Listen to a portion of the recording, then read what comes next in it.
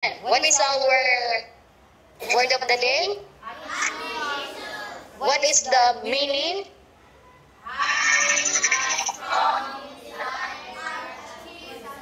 Very good. Having a strong desire to achieve something. And what is the Filipino word? Oh, masigasi. And what is the synonym? Determined. Okay, and now everybody spell ambitious. Ambitious. Ambitious.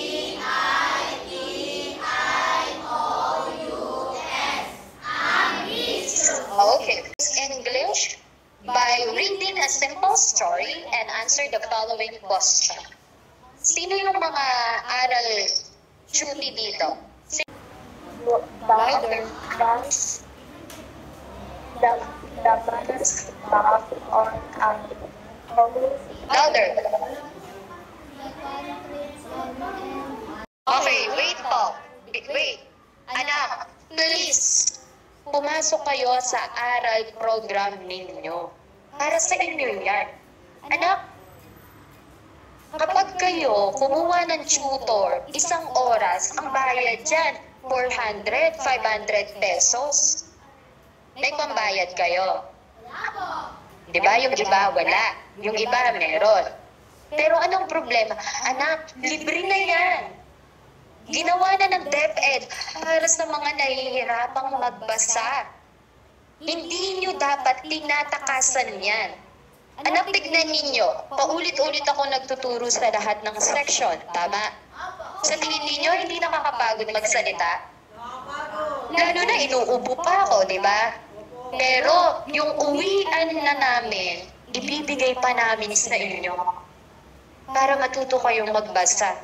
Please lang, huwag kayong tatakas.